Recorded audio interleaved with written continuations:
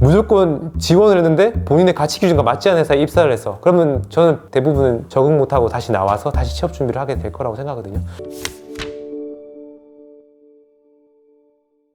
저는 이게 직장 생활에서 본인이 추구하는 가치가 보상적인 측면만 있다고 하면 좀 슬플 것 같아요. 결국은 나는 생활하기 위해서 지속적으로 일을 해야 되는데 우리 돈만을 목적으로 갖게 되면 상당히 좀 재미없지 않을까라는 생각을 할 수 있을 것 같고, 그리고 지원 동기라는 것은 본인의 일에 대한 생각, 가치관을 나타내는 부분일 거라고 저는 생각을 하거든요. 통계 자료를 보면 뭐 이직을 결정하는 이유, 뭐 회사를 선택하는 기준들이 많이 나와 있어요. 보상적인 측면은 당연히 있을 수 있고, 아니면 성장, 산업의 발전, 그리고 내가 가진 기회, 동료, 사회적 영향력, 뭐 회사의 브랜딩, 뭐 고용 안정성, 여러 가지의 가치들이 있을 수 있어요. 기업에서의 지원 동기를 물어보는 거는 왜 이 회사를 선택을 했어요? 라는 궁금증이 있긴 하거든요. 이 회사가 좋다라고 판단하는 기준이 있을 수 있고, 본인이 그러면 직업을 선택할 때 어떤 가치관을 가지고 있으세요? 라는 저는 질문이라고 저는 생각을 하거든요. 결국은 대부분 보상일 수 있긴 하겠지만 저는 보상을 표현하는 건 아닌 것 같고, 결국은 이 회사가 사업 방향성을 봤을 때, 산업의 흐름을 봤을 때 어떠한 점에서 성장을 할 수 있을 것 같고, 경험해왔던 부분들과 이러한 산업에 많은 관심이 있고, 이러한 지금 현재 뽑는 직무에 대한 관심도가 있습니다. 그리고 자플릿이 될 수도 있고, 뭐 블라인드가 될 수 있고, 많은 긍정적인 피드백, 조직 문화가 좋다라는 내용들도 많이 봤기 때문에 지원을 하고, 전 여기서 성장해서 어떠한 기회들을 또 많이 창출할 수 있을 것 같습니다. 여기서 제가 한 경험으로 성과를 내도록 하겠습니다. 이러한 지원 동기가 있을 수 있겠죠. 이게 뭐 여러 가지에 대한 가치 기준인 것 같은데, 저는 말씀드리고 싶은 건 회사를 선택하는 기준은 본인이 마련해야 된다. 무조건 보상만이 정답은 아닌 거고, 각각의 요소들의 총보상이라는 개념이 있어요. 모든 것에 대한 직업을 선택함에 있어서의 가치인 거죠. 고용 안정성, 조직 문화, 뭐 성장, 이러한 부분을 봤을 때 그럼 나는 각각의 미니멈을 어떻게 둘 것이냐를 봐야 될 것 같아요. 이 수준에 각각이 넘어가게 되면 이러한 회사에서 한번 지원해보고 여기서 경험을 쌓았을 때 나는 긍정적일 수 있어. 지금 현재 이 수준에 좀 밑하지 못하거나 아래 이 회사는 나는 갔을 때 뭔가 리스크할 것 같아. 이쪽은 제외할 거야 라는 기준을 가지고 가야 될 것 같아요. 무조건 지원을 했는데 본인의 가치 기준과 맞지 않은 회사에 입사를 했어. 그러면 저는 대부분은 적응 못하고 다시 나와서 다시 취업 준비를 하게 될 거라고 생각하거든요.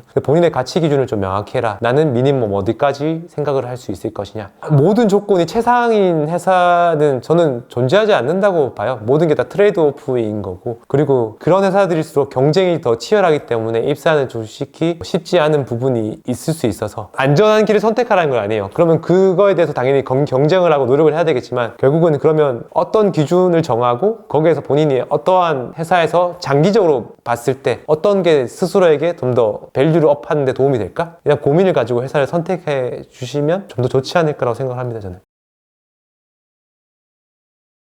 결국 산업에 대한 관심은 변화를 얼마나 잘 캐치하느냐인 것 같아요. 결국은 이제 나라의 정책이 달라지고 산업의 동량, 자본의 흐름, 결국 이런 걸 봤을 때 이 회사에 대한 가치를 판단하는 사람들이 많을 것 같다. 그 회사를 봤을 때 지금 이 회사는 어떠한 포지셔닝을 하고 싶어 하고 뭐 어떠한 방향으로 가기 위해 노력을 할 것 같다. 본인이 추정을 할 수 있다고 저는 생각을 하거든요. 그 대다수는 뭐 공시자료가 될 수도 있고, 많은 기업들이 연초에 신년사를 하는 경우들이 많아요. 그럼 그 신년사에 회사의 올 한 해 전략 방향성이 대부분 다 담겨져 있어요. 그걸 보시면서 이 회사는 어떻게 올해 움직이겠구나 라고 이제 보신 다음에 그 내용을 좀 녹여낼 수도 있는 부분이지 않을까 라고 생각을 합니다.